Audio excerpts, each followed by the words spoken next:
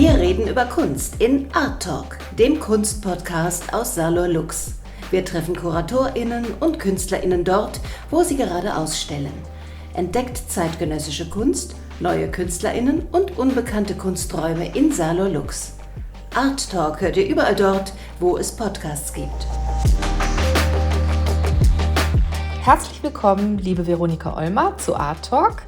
Wir sprechen heute über deine Ausstellung in der Galerie Sali Itabaki. Da gab es schon in der letzten Folge interessante Einblicke von Albert Herbig. Die Ausstellung heißt Vademecum. Worum geht es in deiner Saarbrücker Ausstellung? Ja, Vademecum, wir alten Lateiner wissen, es heißt eigentlich geh mit mir, Vademecum. Und es ist ja auch eine Bezeichnung für ein Büchlein, das man immer bei sich hat, also so ein Leitfaden. Und ja, dieses Büchlein, das man heutzutage ja immer bei sich hat, ist ein Smartphone. Und dieses Smartphone, was man dabei hat, in dem ja alles drin ist, die ganze Welt ja drin ist, wenn man nach ihr sucht, die begleitet mich eben bei meinen GPS-Wanderungen, die ich mache mit meinem Hund schon seit 12 Jahren, 13 Jahren fast.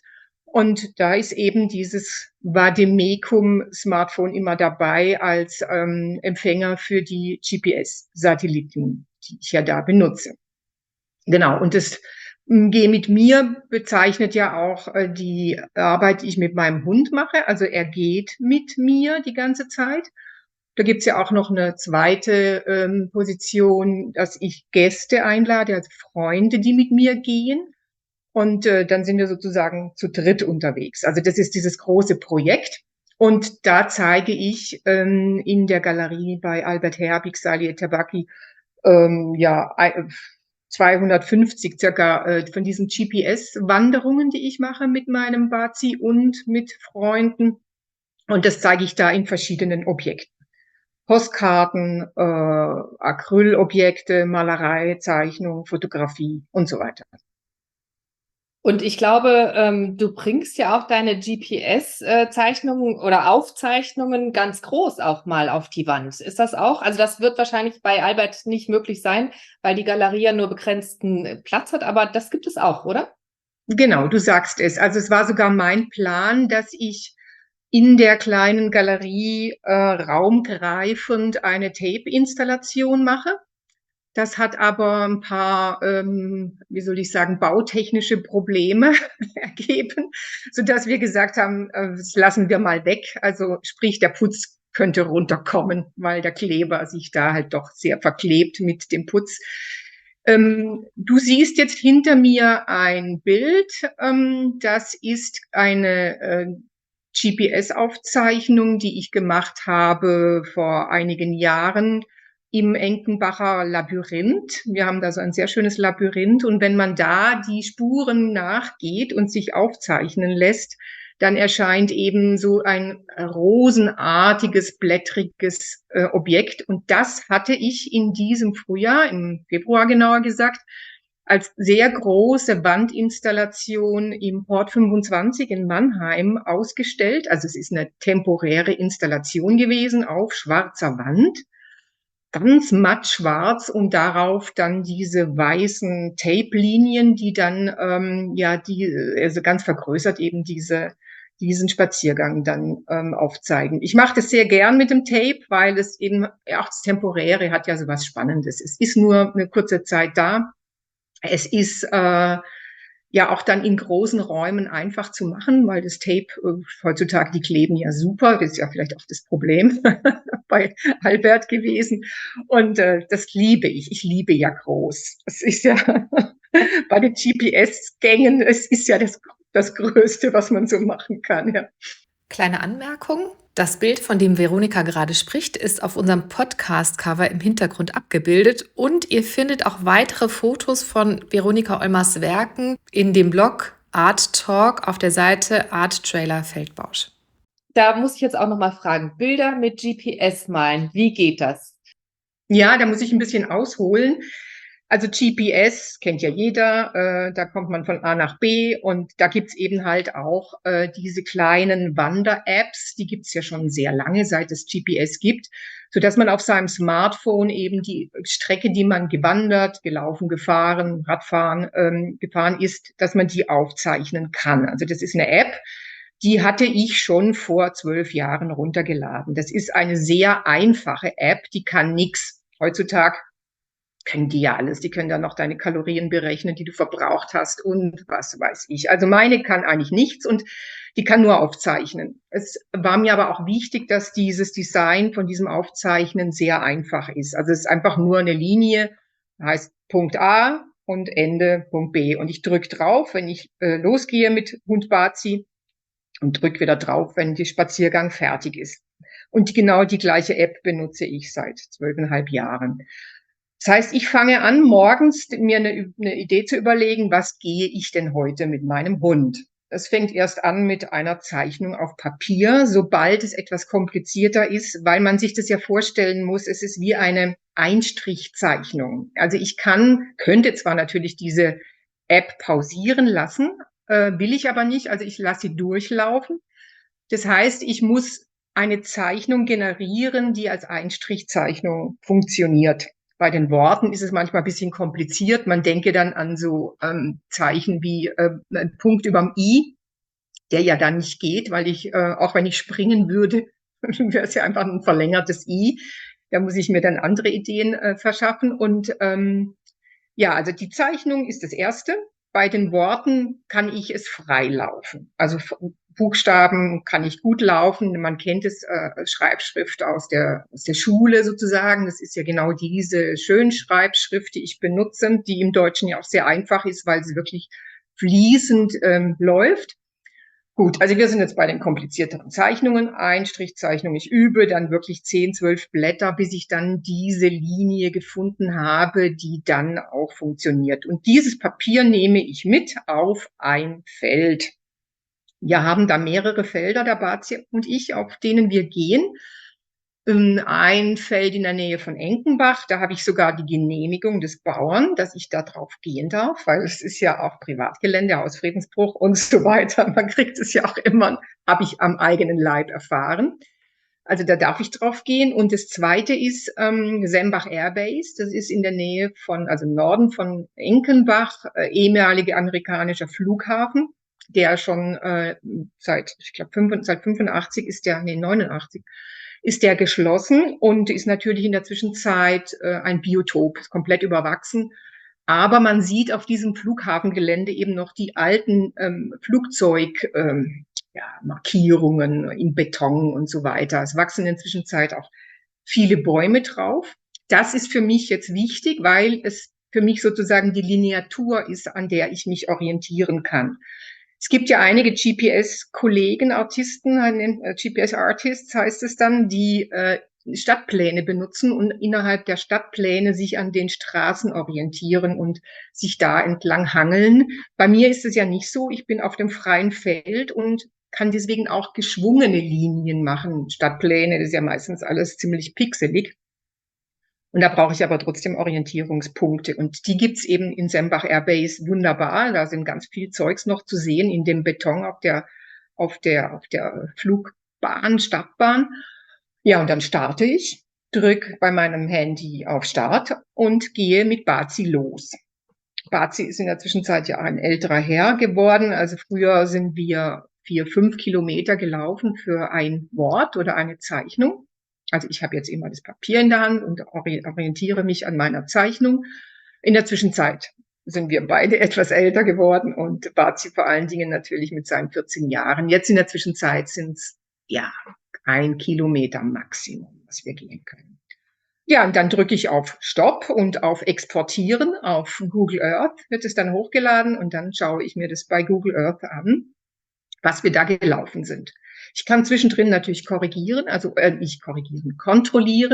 ob wir einigermaßen richtig laufen, aber durch diese leichte Zeitverzögerung, wenn ich dann irgendwie mich umdrehe und wieder in die andere Richtung gehen muss, weil ich denke, das ist die richtige, dann kann es oft sein, dass es eben nicht die richtige ist und ich es zeitverzögert dann mitkriege anhand meiner meines Blicks auf den Monitor, auf dem Smartphone, dass das jetzt falsch war. Okay, also da hast du einen Kontrollmechanismus, um zu gucken, bin ich jetzt auf dem H von Hello oder sowas, ja, bin ich das jetzt Genau. richtig? Genau. Ja, Ah ja. also Buchstaben ist es ja nicht so schwierig, aber bei freien Zeichnungen, also gibt es ja eine Serie von His Master's Voice, da ist ein Hund, also ihr kennt ja den Hund, der vor dem Grammophon sitzt und His Master's Voice hört und das Grammophon, das bin ich, glaube ich, 4-mal gelaufen, weil ich mich immer so vertan habe also man muss sich das ja vorstellen, es sind dann fast 3 Kilometer Zeichnung und das ist wirklich, ich bin immer hinterher fix und fertig. Und, Das glaube ich, ja, genau. Oder Dürers Hasen Dürers Hasen bist du ja, auch. mein Meisterwerk. Ja? Mit Barzi natürlich, das ist ja auch mit der Künstler. Aber das war tatsächlich, konnte ich den aus einem Gang machen. Also der war wirklich gleich da, weil ich aber auch ganz, ganz viel Vorbereitung gemacht habe. Also dass ich zu Hause wirklich mit diesem Stift immer wieder diesen Hasen abgefahren bin und den hatte ich dann wirklich im Kopf, wie ich den gehe. Also die Vorbereitung ist ganz entscheidend, dass es funktioniert. Aber interessant, also du kannst jetzt also auch mit 1 Kilometer Bilder schaffen und vorher waren das 4 bis 5 Kilometer. Aber das geht wahrscheinlich, weil du das jetzt auch so gut geübt hast. Funktioniert das jetzt auch mit 1 oder ein bisschen mehr als 1 Kilometer? Ja, du sprichst was an. Also 1 Kilometer Bild gehen ist eben nicht so genau, weil GPS, also wenn ich mich jetzt ein bisschen ja, bei 50 Zentimeter oder 1 Meter ist es bei einer Zeichnung, die 3 Kilometer insgesamt hat, natürlich nicht so deutlich. Wenn ich jetzt eine kleine Zeichnung mache, ich sage jetzt mal nur ein paar 100 Meter bis zum Kilometer, dann sieht man sofort, wenn ich mich vergangen habe. Ja. Deswegen mag ich natürlich die großen lieber. Die sind dann halt optisch klarer. Aber wir üben ja immer noch, Barzi und ich. Und du hast gesagt, also du lädst auch manchmal Freunde oder KünstlerInnen ein. Wen hast du denn da eingeladen? Ja, zum Beispiel Albert Herbig. Mit ihm bin ich schon, ja, es war natürlich eine abstrakte Geschichte. Also wir sind da einfach ganz klassisch an unserem See da hinten vorbei marschiert und dann gibt's halt eine abstrakte Zeichnung. Ja, wir sind dann immer wieder über die Brücke und zurück, so dass es so ein bisschen spannender ist, nicht nur ein Rundweg. Kholoud Kassem ist eine Künstlerkollegin aus Heidelberg, mit der bin ich gegangen. Hannelore Beer, eine Schauspielerin auf dem Pfalztheater in Kaiserslautern, um nur einige zu nennen. Also es sind bestimmt auch schon 20, 25 Leute, die ich eingeladen habe. Und ja, Shakti Paquet aus Kaiserslautern. Genau, das sind einfach wunderbare Gänge, die man dann miteinander hat, weil man eben halt erstmal über das Projekt spricht, gleichzeitig aber natürlich beim Gehen über alle möglichen Dinge philosophiert. Also das kann über die Kunst des anderen sein, aber auch über die Welt an sich. Ja, das klingt sehr interessant. Ja, ich kenne das auch, wenn man einfach spazieren geht, dann ist man so befreit und kann auch gut reden. Fast fließen die Worte fast besser, als wenn man da sitzt, ja. Also Absolut. ja. Ja, ja. Genau. Und genau, seit 2011 zeichnest du mit GPS deine Gänge mit dem Barzi auf. Du nennst sie Barziergänge. Und genau, eigentlich hast du mir die Frage schon beantwortet, wo wanderst du am liebsten? Also eigentlich am liebsten in der Nähe von Enkenbach, wo du auch wohnst. Ja, wenn ich meine Eltern oder meine Mutter in der Zwischenzeit nur noch, die leben in der Nähe vom Bodensee und da bin ich auch unterwegs. Da kenne ich natürlich auch schöne Stellen. Also es müssen halt immer, ja, am besten ist natürlich Flachland, sagt man mal so, dann hat man eine bessere Ausbreitungsmöglichkeit, hat man ein bisschen bessere Kontrolle. Im Schwarzwald, wir waren ja jetzt über viele Jahre immer in der Ortenau, Zell am Harmersbach, da hatte ich auch meine Mal- und Zeichenkurse angeboten. Auch da sind wir sehr viel gewandert. Also da ist dann halt Schwarzwald wieder eher bergig und so, aber meine Lieblingsstelle ist tatsächlich der Acker in Enkenbach, der große, große Acker und Sembach Airbase. Da kenne ich, oder der Barzi und ich, wir kennen jeden Baum, jeden Busch, jede Vertiefung im Gras. Das ist unglaublich. Ich habe eine Zusammenstellung gemacht, eine Überlagerung von 200 GPS-Zeichnungen von 2011 bis 2017 über Google Earth kann man sowas überlagern.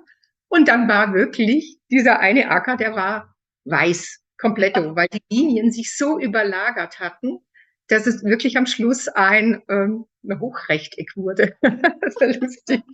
Dein Thema oder deine Themen sind ja Messen, Vermessen, Aufzeichnen. Das sind die Themen deiner Arbeit, die du ja auch in Saarbrücken jetzt zeigst. Was sind andere Themen? Weil ich weiß, dass du auch viel Kunst am Bau gemacht hast. Und woran arbeitest du im Moment?